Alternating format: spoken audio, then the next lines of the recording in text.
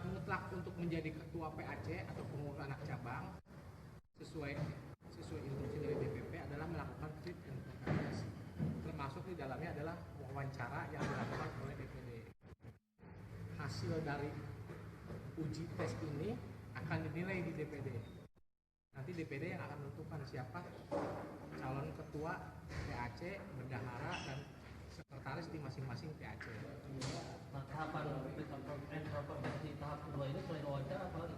Sudah, memang tahapannya memang sesuai instruksi, hanya pertanyaan jawab secara tertulis dan wawancara. Wawancara itu kan banyak sanggupan tentang nanti ke depan untuk pilkada, untuk penyiapan struktural partai di bawahnya lagi. Jadi kalau di PD Perjuangan itu selain ada pengurus anak cabang, nanti ada pengurus ranting. Nah, pengurus ranting ini di bawahnya juga ada pengurus lagi, adalah pengurus anak ranting. Untuk saat ini berapa PAC yang restrukturisasi? Ya kalau melihat periodisasi, kita kan sudah habis pengurusan yang lama. Jadi 30 kecamatan memang akan dipilih semuanya. Termasuk ranting pun di 309 desa plus kelurahannya itu juga akan dipilih. Untuk konsolidasi musran ranting ini sudah selesai. Nanti kita ada yang namanya pelantikan secara serentak.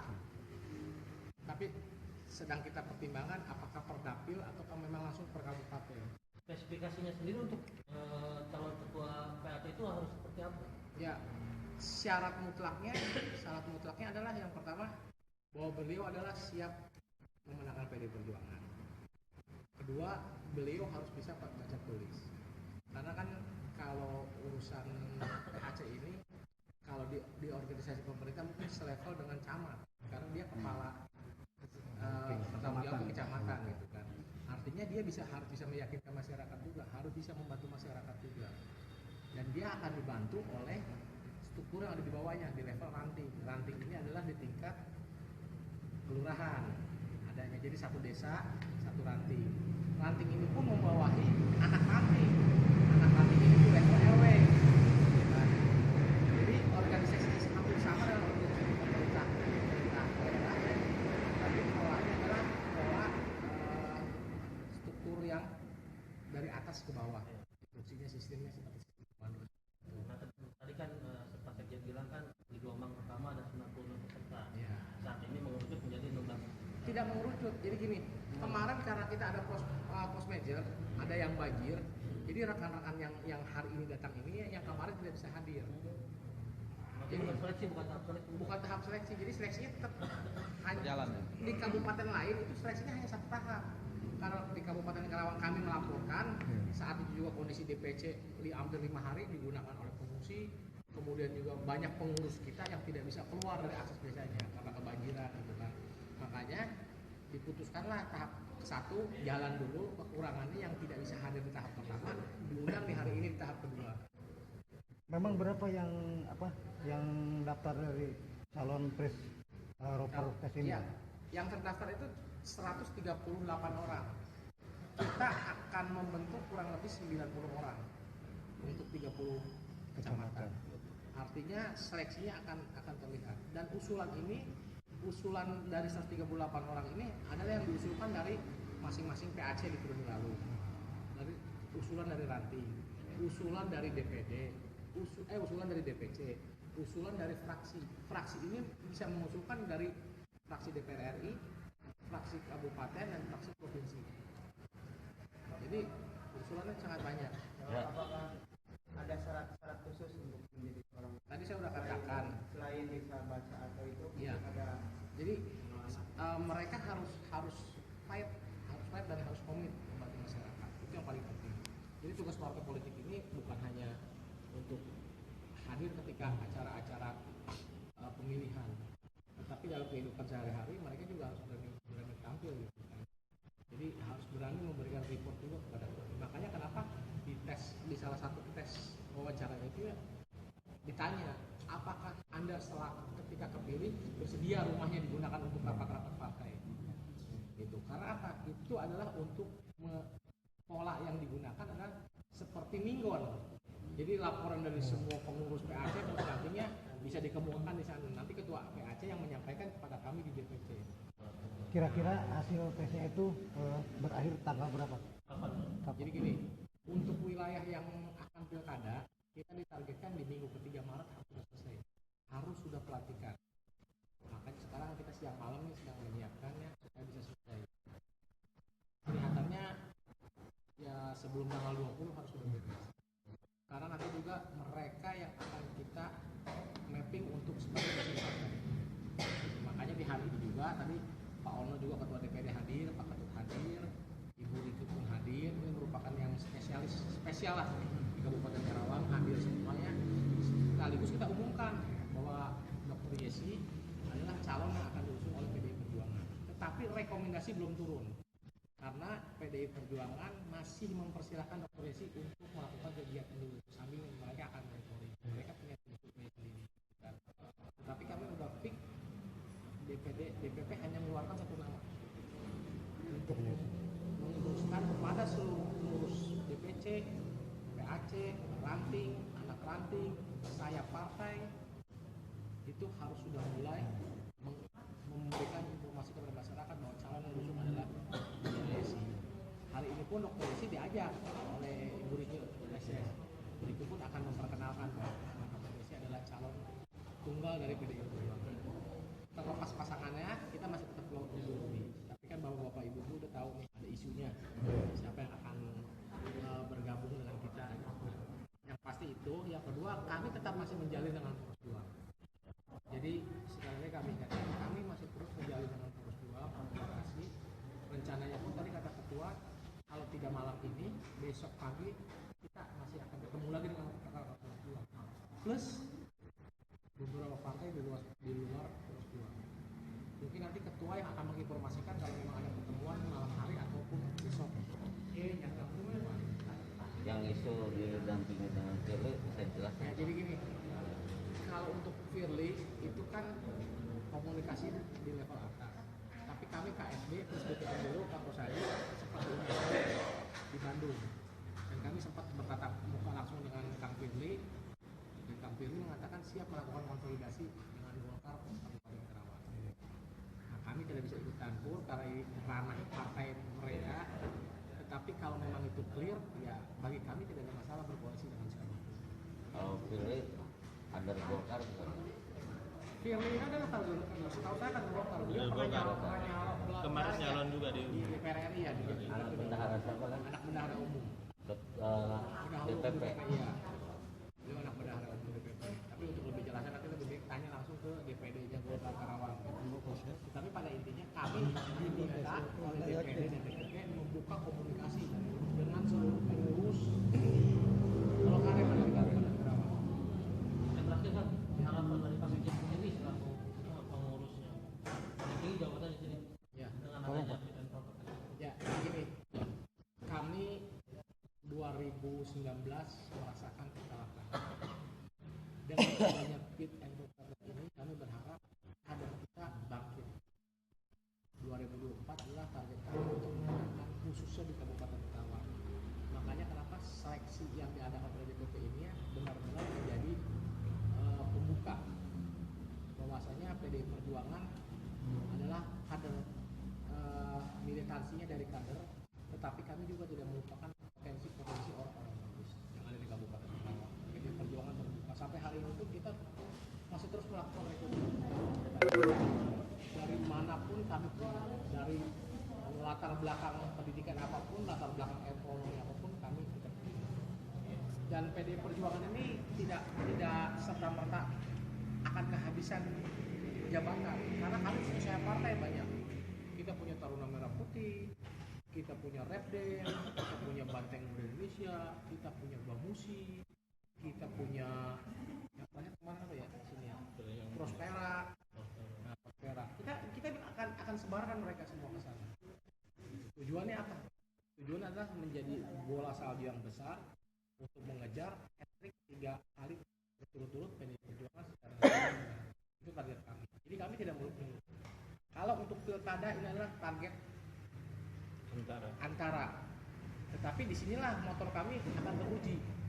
Bisa tidak memenangi pilkada. Kalau bisa memenangi pilkada, Artinya kami sudah siap 100% di 2024. Makanya kenapa kami sekarang mengusungnya Karawang Tandang, dan kita sudah sepakat dengan calonnya bahwa kita adalah energi baru untuk Karawang. Karena dua-duanya calon yang akan kita usulkan ini kan bukan calon petahana. Kalau dari peta politik hari ini, yang isu yang ramai kan yang muncul TYC sama Kang Firly, artinya orang baru. Siapa tahu dengan orang baru ini ada energi baru buat Kabupaten Karawang. Tapi siapapun nanti yang akan mendapatkan rekon, kami sudah siap. Konsolidasi cara partai kita sudah 3 kali. Pertama, kita ketika kepilih KSB kami konsultasi dengan seluruh ketua PAC. Kedua, kami konsultasi dengan KSB PAC dan KSB ranting. 3, kami juga melakukan konsolidasi ranting semua. Nah, sekarang kita sedang akan konsolidasi untuk kebutuhan PAC. Kalau kita tinjau dari pilkada sebelumnya, itu dari PDIP kan belum pernah menggolkan dari pengusungannya ya. Selalu salah bidik, ya kan? Nah, sejauh mana optimistis dari PDIP untuk sekarang? Sedangkan Yesi juga di luar dugaan kan? Ya. Nah, itu gimana sejauh optimistis Ya, ya? jadi kita punya optimis hari ini dengan struktur yang solid ya di level DPC kita solid. Kemudian di level pengurus di bawah itu kita solid. Saya partai pun sekarang sudah kita rangkum. Ini kan dulu ini agak tercerai-berai. Sekarang kita selalu adakan kegiatan. Kita memfasilitasi semua saya partai melakukan kegiatan di sini. Jadi semuanya makan minumnya tempatnya kita siapkan semua. Tujuannya supaya kita bisa terus bergerak. Nah, kalau melihat dari kenyataan kondisi hari ini, saya turun kemana-mana ya, semua kan. Makanya yang terakhir saya kemarin bilang masalah sampah itu kan juga masuk dari kondisi di bawah.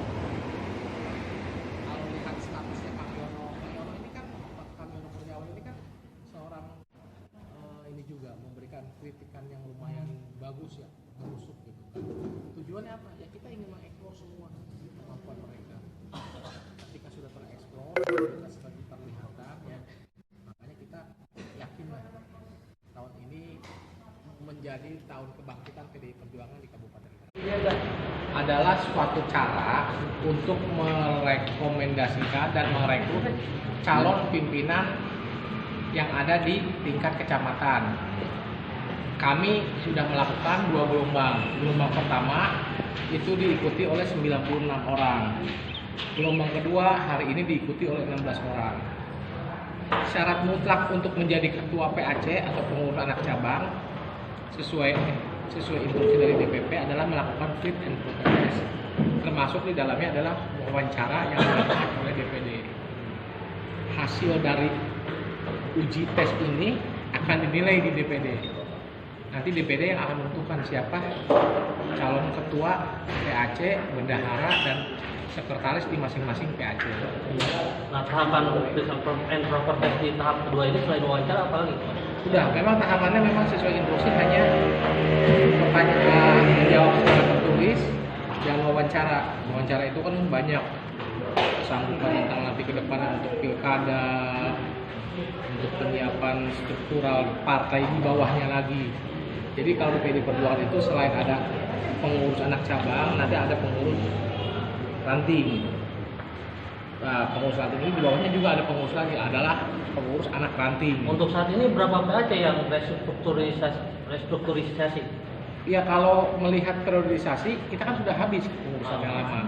Jadi 30 kecamatan memang akan dipilih semuanya. Termasuk ranting pun di 309 desa plus kelurahannya itu juga akan dipilih. Untuk konsolidasi musran ranting ini sudah selesai. Nanti kita ada yang namanya pelantikan secara serentak. Tapi sedang kita pertimbangkan apakah per dapil atau memang langsung per kabupaten. Spesifikasinya sendiri untuk calon ketua PAC itu harus seperti apa?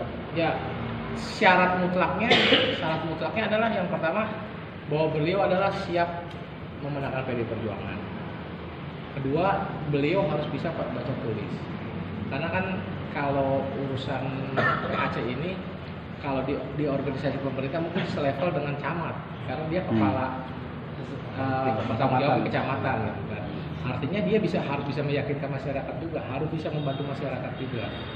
Dan dia akan dibantu oleh struktur yang ada di bawahnya di level ranting. Ranting ini adalah di tingkat kelurahan adanya. Jadi satu desa, satu ranting. Ranting ini pun membawahi anak ranting. Anak ranting itu level RW. Nah, jadi organisasi hampir sama dengan organisasi pemerintah. Tapi polanya adalah pola struktur yang dari atas ke bawah. Instruksinya, sistemnya seperti sistem komando. Nah, tadi kan Pak Sekjen bilang kan di gelombang pertama ada 96 peserta. Saat ini mengerucut menjadi 16. Tidak mengerucut. Jadi gini, kemarin karena kita ada pos major, ada yang banjir. Jadi rekan-rekan yang hari ini datang ini yang kemarin tidak bisa hadir. Jadi bukan seleksi, bukan tahap seleksi. Bukan tahap seleksi. Jadi seleksinya tetap jalan. Di kabupaten lain itu seleksinya hanya satu tahap. Kalau di Kabupaten Karawang kami melaporkan saat itu juga kondisi DPC hampir 5 hari digunakan oleh pengungsi, kemudian juga banyak pengurus kita yang tidak bisa keluar dari akses desanya karena kebanjiran gitu kan. Makanya diputuskanlah tahap ke-1 jalan dulu, kekurangannya yang tidak bisa hadir di tahap pertama diundang di hari ini di tahap kedua. Memang berapa yang daftar dari calon presiden? Ya, yang terdaftar itu 138 orang. Kita akan membentuk kurang lebih 90 orang untuk 30 kecamatan. Artinya seleksinya akan terlihat. Dan usulan dari 138 orang ini adalah yang diusulkan dari masing-masing PAC di periode lalu. Dari usulan dari ranting, usulan dari DPD, usulan dari DPC, usulan dari fraksi. Fraksi ini bisa mengusulkan dari fraksi DPR RI, fraksi kabupaten, dan fraksi provinsi. Jadi usulannya sangat banyak. Apakah ada syarat-syarat khusus untuk menjadi seorang? Tadi saya sudah katakan. Selain bisa baca atau itu, Ya. ada. Jadi pengalaman. mereka harus fight dan harus komit membantu masyarakat. Itu yang paling penting. Jadi tugas partai politik ini bukan hanya untuk hadir ketika acara-acara pemilihan, tetapi dalam kehidupan sehari-hari mereka juga harus berani tampil gitu kan. Jadi harus berani memberikan report juga kepada kami. Makanya kenapa di salah satu tes wawancara itu ya ditanya, apakah Anda setelah ketika kepilih bersedia rumahnya digunakan untuk rapat-rapat partai? Gitu. Karena apa? Itu adalah untuk pola yang digunakan adalah seperti minggon. Jadi laporan dari semua pengurus PAC atau artinya bisa dikemukakan di sana. Nanti ketua PAC yang menyampaikan kepada kami di DPC. Kira-kira hasil tesnya itu berakhir tanggal berapa? Kapan? Jadi gini, untuk wilayah yang akan pilkada, kita ditargetkan di minggu ketiga Maret harus sudah selesai. Harus sudah pelantikan. Makanya sekarang kita siang malam ini sedang menyiapkannya supaya bisa selesai. Kelihatannya ya sebelum tanggal 20 harus sudah beres. Karena nanti juga mereka yang akan kita mapping untuk sebagai partai.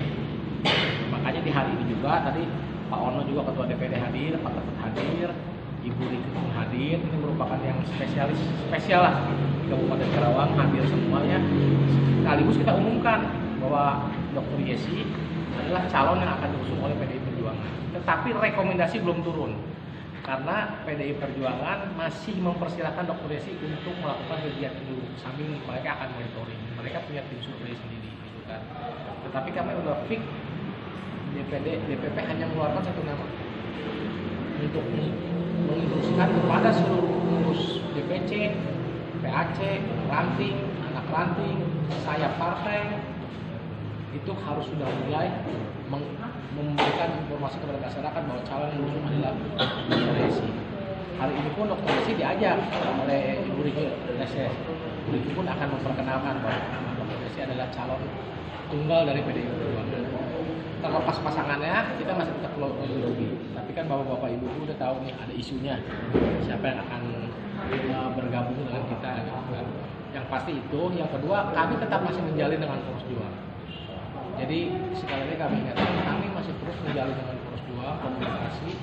Rencananya pun tadi kata ketua, kalau tidak malam ini, besok pagi kita masih akan ketemu lagi dengan rekan-rekan Poros Juang.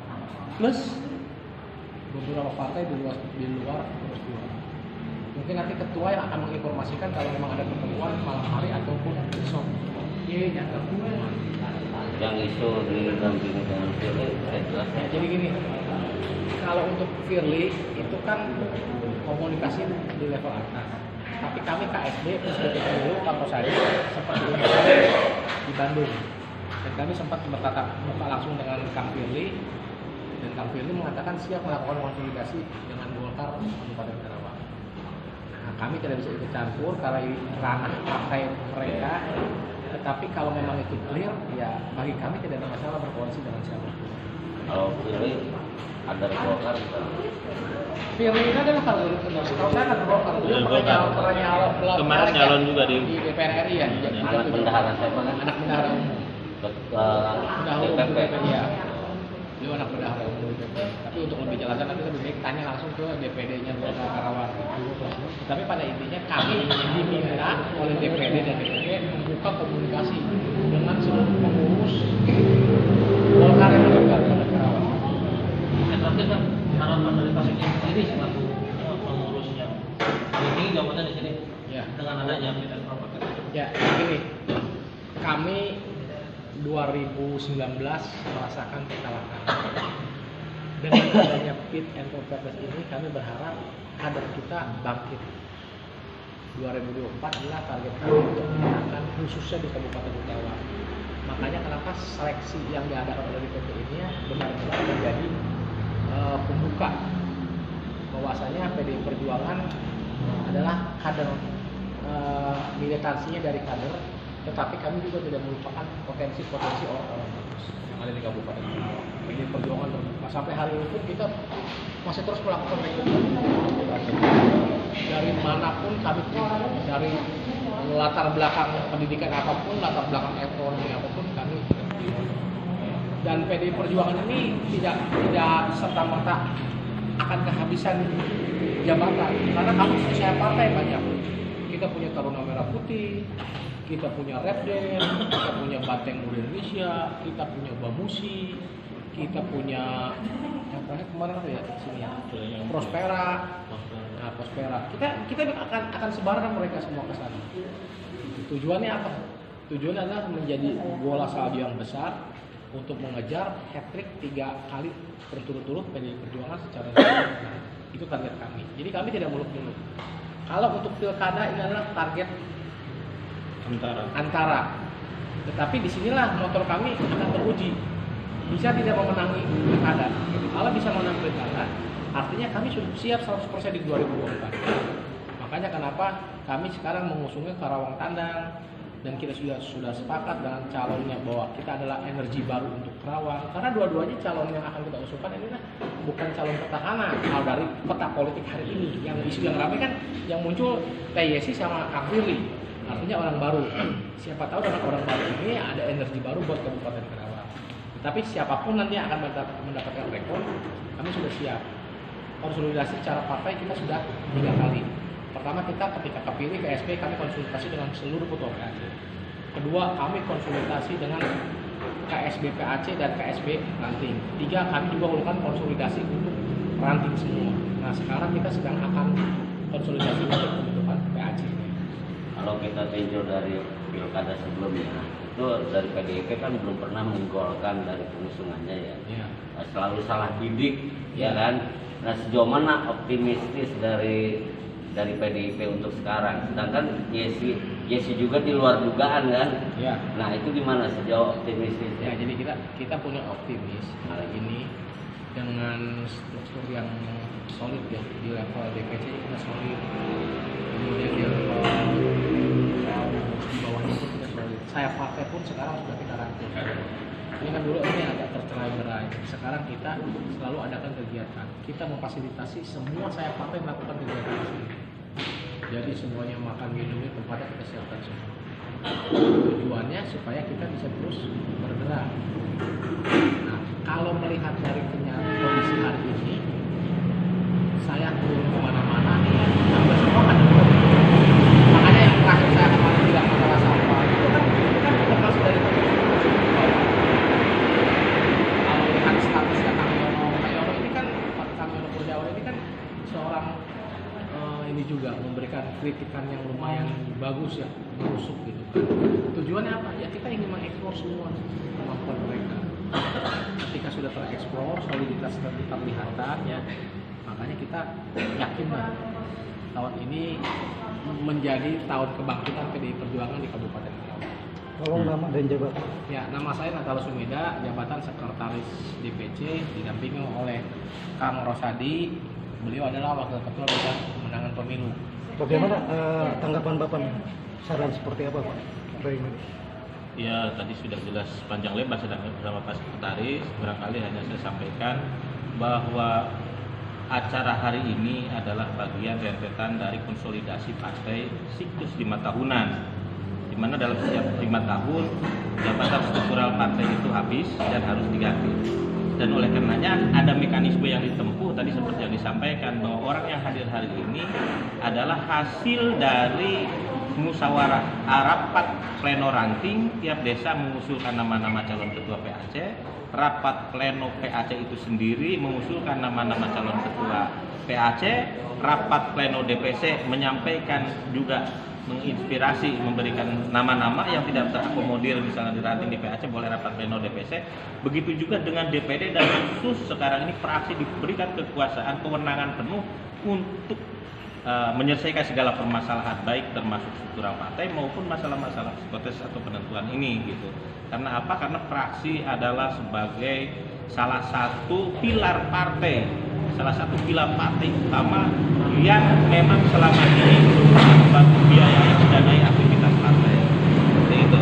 Oleh karenanya psikotes hari ini yang kedua ya tadi bagaimana seperti sampaikan Pak Sekretaris adalah sisa yang sudah diusulkan yang tadi yang kemarin tidak sempat hadir, bahkan ada yang sempat hadir ya Pak Sekretaris, dia minta izin karena banjir jebol di Cilamaya dan hari ini baru bisa hadir kan gitu ya. Nah seperti itu. Nah, adapun untuk selanjutnya nanti mutlak kewenangan DPD. DPC sudah melaksanakan tugas, memberikan saran pendapat dan apa sebagainya disampaikan kepada DPD dan ini hasil psikotes ini nanti akan menentukan tes properti ini akan menentukan nanti kualifikasinya segala macam karena di dalam pertanyaan pernyataan itu akan menunjukkan karena partai kita ini partai ideologi, partai terbuka yang tetap memperteguh ideologi negara yaitu ideologi Pancasila yang utama. Yang kedua bahwa ditunjukkannya loyalitas, dedikasinya kader itu siap tidak sebagai kader, sebagai ketua, sekretaris dan bendahara PAC sebagai motor organisasi partai ini untuk segala menanggulangi permasalahan-permasalahan kegiatan organisasi partai. Seperti kami di DPC, segala sesuatu halnya kami di bawah kendali ketua sekretaris bendahara DPC karena mereka adalah motor organisasi penentu kalau istilah baheula mah jabatan boknya gitu. Seperti itu. Oke, cukup. Terima kasih. Ya.